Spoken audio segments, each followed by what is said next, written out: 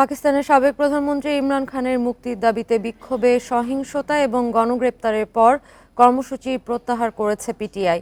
টানা ৩ দিনের বিক্ষোভে এরই মধ্যে আইনশৃঙ্খলা বাহিনীর ৫ সদস্যসহ ৭ জনের প্রাণহানি হয়েছে।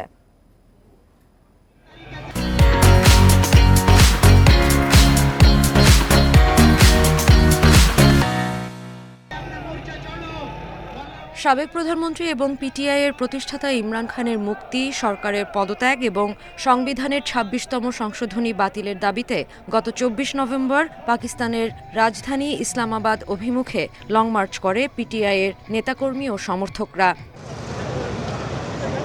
রাজধানী ইসলামাবাদের রেড জোন এবং ডি চকে পৌঁছানোর পর সংঘর্ষ হয় আইনশৃঙ্খলা বাহিনীর সাথে।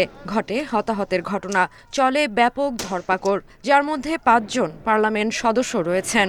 মঙ্গলবার রাতে ইসলামাবাদে বিক্ষোভ কর্মসূচি থেকে পিটিআই এর ৫ শতাধিক নেতাকর্মীকে আটক করা হয়েছে। ধরপাকড়ের এক পর্যায়ে ঘটনাস্থল থেকে সরে যান আন্দোলনের শীর্ষ ২ নেতা খাইবার পাখতুনখোয়ার মুখ্যমন্ত্রী আলী আমিন গান্দাপোর এবং ইমরান খানের স্ত্রী বুশরা বিবি। এরপর বুধবার সকালে প্রতিবাদ কর্মসূচি বাতিল ঘোষণা করে পিটিআই।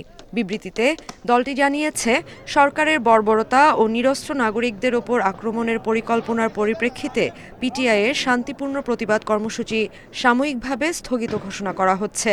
পিটিআই জানিয়েছে, ইমরান খানের নির্দেশনায় ভবিষ্যতের করণীয় সম্পর্কে শিগগির ঘোষণা করা হবে।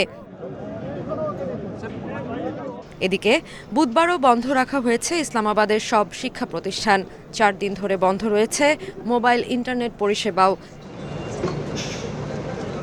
এ মাসের শুরুতে কারাগার থেকেই ইসলামাবাদ অভিমুখে লং মার্চের ডাক দেন পাকিস্তানের সাবেক প্রধানমন্ত্রী ইমরান খান। এরপর ইসলামাবাদে ২ মাসের জন্য ১৪৪ ধারা জারি করে সরকার। নিষিদ্ধ করা হয় সব সভা সমাবেশ। Sadia Afrin, independent news.